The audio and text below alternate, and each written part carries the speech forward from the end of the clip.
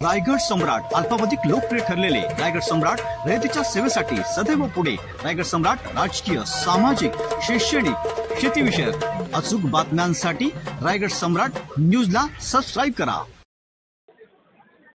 एकतर मुळामध्ये ही हुकुमशाही विरुद्ध लोकशाही वाचवण्याची लढाई आणि एका बाजूला झुंडशाही, धनशक्ती आणि जनशक्ती. आणि म्हणून यावेळी मतदारांच्या माध्यमातून पण लोक कोणाला कौल देणार आहे ही उत्सुकता निवळ या मतदारसंघामध्ये नाही तर राज्यामध्ये मोठ्या प्रमाणावरती. कारण ज्या धनशक्तीचा वापर करून काही लोक आमच्याकडनं दुसऱ्याकडे गेले किंवा घेऊन जाण्याचं काम काही लोकांनी केलं, जनता कशा प्रकारे याला चोख उत्तर देणार हे या निवडणुकीमध्ये दिसणार आहे. आणि म्हणूनच मोठ्या प्रमाणावरती कार्यकर्त्यांमध्ये एक चांगला जोश आहे, कार्यकर्ता उत्साही आहे आणि महाविकास आघाडीची ही पहिली निवडणूक होणार आहे. म्हणून या निवडणुकीच्या माध्यमातून जे रिझल्ट कसब्यामध्ये आम्हाला मिळाला, जे रिझल्ट आम्हाला अंधेरीच्या विधानसभेमध्ये मिळाला, तेच अभिप्रेत आम्हाला या लोकसभेमध्ये आणि राज्यामध्ये आहे.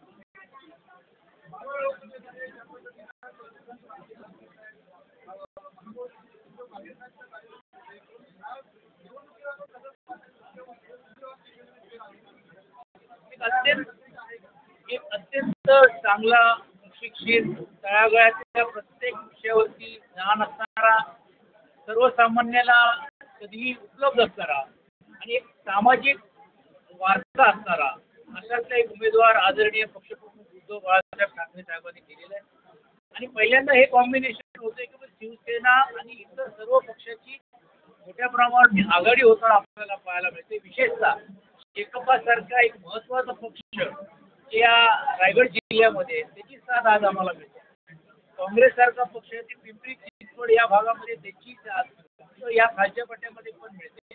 राष्ट्रवादीची पण देखील साथ आणि आप असेल, समाजवादी असेल, त्यातून हे जसे आम्हाला सपोर्ट मिळत आहे. अनेक सामाजिक संस्थेची जी लोक आहेत किंवा सामाजिक असलेली देखील समाजातली जी लोक आहेत ते देखील आमच्याकडे येण्याचं काम करतात. विशेषतः मागासवर्गीय समाज, विशेषतः मुस्लिम समाज, छोट्या छोट्या ज्या जाती धर्माची जी लोक आहेत ते स्वतः येऊन पाठिंब्याचं पत्र पण देखील देण्याचं काम करत आहेत.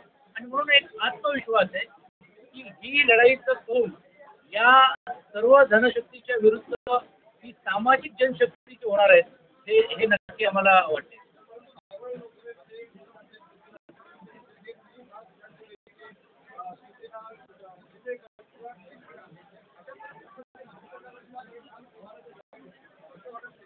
समीकरण बदललेले आहे आणि ज्यावेळी कार्यकर्त्यांमध्ये कॉन्फिडन्स असतो की हो हे आम्ही करू शकतो, म्हणजे कसब्यामध्ये आम्ही करून दाखवलं, मग ते कुठेही करू शकतात. हा कॉन्फिडन्स लेवल या मावळ मतदारसंघामध्ये कार्यकर्त्यांमध्ये दिसतो. आणि ज्या पद्धतीने शिवसैनिक जे आपण म्हणाल, निवड फक्त शिवसेनेचे कार्यकर्ते नाही पण शिवसेनेचा मतदार पण हा चिडलेला आहे की जे आमच्या मतावरती निवडून आले त्यांनी आमच्या मताची गद्दारी केलेली आहे. आणि म्हणून ती योग्य रीतीने या निवडणुकीला पण मला असं वाटतं ताकदीने उतरल्याशिवाय कार्यकर्त्यांचं कॉर्डिनेशन नियोजन होता. आदरणीय पाटील साहेब इकडे, वाघोरेजी पण इकडे बरोबर आलेले. आमच्या सर्वांचं कॉर्डिनेशन करत असताना सर्व पक्षाची एक समन्वय समिती ही केली गेली पाहिजे ही सूचना आमच्या सर्वांची होती. कशा प्रकारे लोकसभा आलं पाहिजे, जाहीर सभा किती घेतली पाहिजे, नाही घेतली हे सर्वचं नियोजन आज प्रमुख पदाधिकाऱ्यांच्या बैठकीमध्ये करण्यात आला. अजून मायक्रोस्कोपली कशा प्रकारे अजून लोकांपर्यंत पोहोचायचं आहे, कशा प्रकारे यंत्रणा राबवायची आहे याची जाहीर चर्चा न करता स्वतंत्र रीतीने सर्व ही मंडळी बसून एक आखणी करण्याचं काम पुढच्या काळामध्ये केलं जाईल.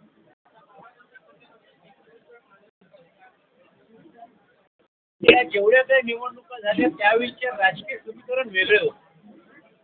आणि मी जसं अगोदरच सांगितलं की महाविकास आघाडीची ही पहिली निवडणूक आहे. राज्यामध्ये जो सत्ताकरण जो नाट्यकरण झालं असं म्हणायला पण हरकत नाही.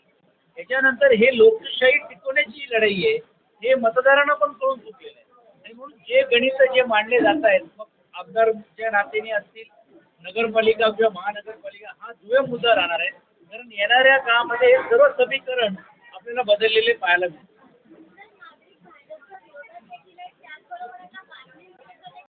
नक्कीच आहे. आणि जसं तुम्ही बघितलं असेल की ज्याला आपण निगेटिव्ह इन्कम्बन्सी म्हणतो, की 5 वर्ष नाही तर लोकांनी 10 वर्ष त्यांना संधी दिली आहे.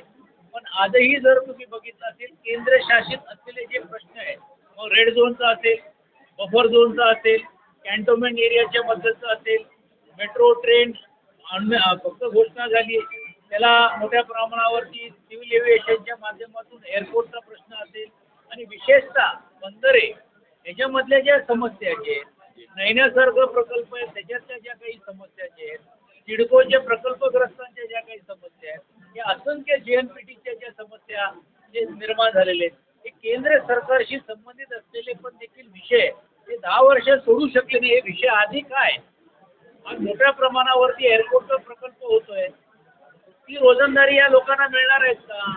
इकडच्या स्थानिकांना किती प्रकारे त्याचा फायदा होणार आहेत का?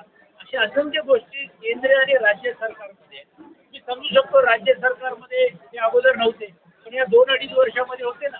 या अगोदर 5 वर्षांची सत्ता होती. या सर्व गोष्टी त्यांना करता आले का?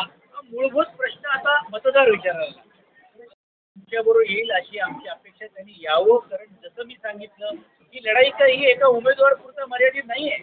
परमपूज्य भारतरत्न डॉक्टर बाबासाहेब आंबेडकरांनी दिलेल्या घटना, या घटनेमध्ये अब की बार 400 पार करण्याचा प्रयत्न करत बदल करण्याचा हात ज्यावेळी घातला जातोय त्यावेळी प्रत्यक्ष किंवा अप्रत्यक्ष यांना मदत होणार नाही अशी मानसिकता समाजाची झालेली आहे. म्हणून आम्हाला अपेक्षा आहे की वंचित या घटक पक्षामध्ये राहील. परंतु एक गोष्ट नक्की आहे की मी जे समाजामध्ये वावरणारा कार्यकर्ता आहे, वरळीसारख्या विधानसभेमध्ये मी या समाजाशी फार जवळीक ठेवून काम करणारा कार्यकर्ता आहे. अनेक बुद्धविहार, अनेक विकासाची कामं हे त्यांच्या माध्यमातून केलेली आहे. या सर्वांचं म्हणणं असं आहे की यावेळी आपली बार 400 पार हे आम्ही तर होऊ जाऊ देणार नाही, पण आम्ही आमच्या आपल्या मतदारसंघामध्ये पण सर्व समाजाची मतं जे हे करू पाहत आहेत, जे घटनेमध्ये दुरुस्त करा पाहत आहे, ह्यांना थांबवण्यासाठी आम्ही त्यांच्याबरोबर राहण्याचं काम करतो. त्याबद्दल खूप चर्चा झालेली आहे. परंतु देशाची लोकसंख्या पाहता देशाच्या मोठ्या प्रमाणावरती लोकसंख्यामध्ये जर मतदार उतरले तर ह्यांना या गोष्टी पण करणं हे शक्य होणार नाही. कारण ह्या गमती राहिलेल्या 50%, 40% मध्ये या ज्या होतात, म्हणून आपण जास्तीत जास्त जनतेने उतरावं. त्यांची जर नाराजगी असेल तर ती नाराजगी EVM ला पण हरू शकते आणि हे मतदारांनी दाखवून देण्याची गरज आहे. म्हणून जास्तीत जास्त मतदारांनी उतरावं असं आम्ही आवाहन या निमित्ताने करतो. या ठिकाणी मावळ लोकसभा मतदारसंघातील पनवेल, मुरड आणि कर्जत खालापूर या 3 विधानसभा मतदारसंघातील आगामी काळातील प्रचार कार्य आणि एकंदर नियोजनाच्या दृष्टीनं आजची बैठक होती आणि या ठिकाणी कार्यकर्त्यांना ज्या आवश्यक त्या सूचना दिलेल्या आहेत त्यासोबत कार्यकर्त्यांनी कशा पद्धतीनं या ठिकाणी काम करावं हे जसं सांगितलं तसं कार्यकर्त्यांच्याही काही सूचना आम्ही घेतलेल्या आहेत. एक चांगल्या पद्धतीची यंत्रणा उभी करून या 3ही मतदारसंघातून बाहेर पडताना महाविकास आघाडीचे उमेदवार संजोग आगेरे यांना चांगली आघाडी देण्याचा प्रयत्न आम्हा मंडळींचा आहे. त्या दृष्टीने बैठक विजय हा महाविकास आघाडीचा निश्चितच होईल याची खात्री मला आहे. कारण आपण जर बघितलं तर मी महाविकास आघाडीच्या माध्यमातून गेल्या 2-3 महिन्यापासून या भागामध्ये किंबहुना मावळ लोकसभा मतदारसंघामध्ये मी फिरतोय. तर प्रचंड अशी नाराजी आहे आणि प्रचंड असं जे काम सांगितलंय ते एकही काम झालेलं नाही आणि कुठल्याही बाबतीमध्ये जी आश्वासनं दिली होती त्या आश्वासनाची पूर्तता झाली नाही. त्यामुळं प्रचंड अशी नाराजी या मतदारसंघामध्ये आहे. त्याच्यामुळं मला असं वाटतं की महाविकास आघाडीचा उमेदवार या ठिकाणी निवडून येईल. मतदारांसमोरचे अनेक प्रश्न आहेत. महागाईचा प्रश्न आहे, बेरोजगारीचा प्रश्न आहे, शिक्षणाचा प्रश्न आहे. अनेक मुद्दे आहेत की जे या भागामध्ये म्हणजे ते मग घाटाखालचा असू द्या किंवा घाटाच्या वरचा असू द्या, बेरोजगारीच्या बाबतीतला प्रचंड असा मुद्दा आहे. त्याच्यानंतर डेव्हलपमेंटच्या बाबतीमध्ये शून्य डेव्हलपमेंट झालेली आहे. असे अनेक मुद्दे आहेत की त्या मुद्दे घेऊन आम्ही लोकांना